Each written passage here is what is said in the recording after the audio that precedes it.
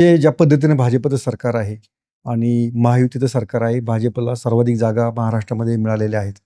तर अशा वेळेस तुमचं पुनर्वसन कुठे करणं सोपं होतं? माझ्या मते तुम्हाला आता सांगितलं मी, पक्ष म्हणजे देवेंद्र फडणवीस आहेत माझ्यासाठी. हं. मी नवीन आहे पक्षामध्ये हो. आणि पक्ष म्हणजे देवेंद्र फडणवीस आहे हे सगळ्या जगाला माहिती. बरं.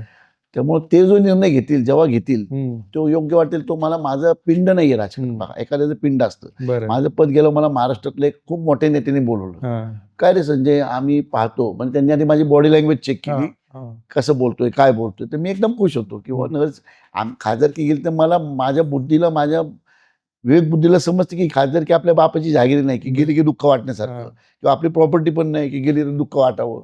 मला त्यांनी आधी चेक केल्यानंतर म्हणलं, अरे नगरसेवक पद गेलं की लोक रडतात, 3-3 महिने बाहेर पडत नाही.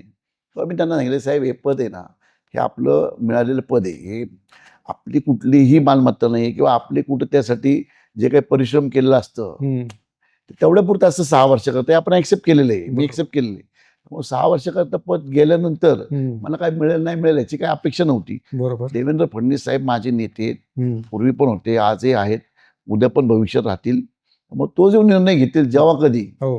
तो मला मान्य राहील. मला असं पूर्ण 100% पद असेल तरच मी राजकारणात सक्रिय राहील किंवा काम करेल लोकांचे, असं बिलकुल नाहीये. ओके.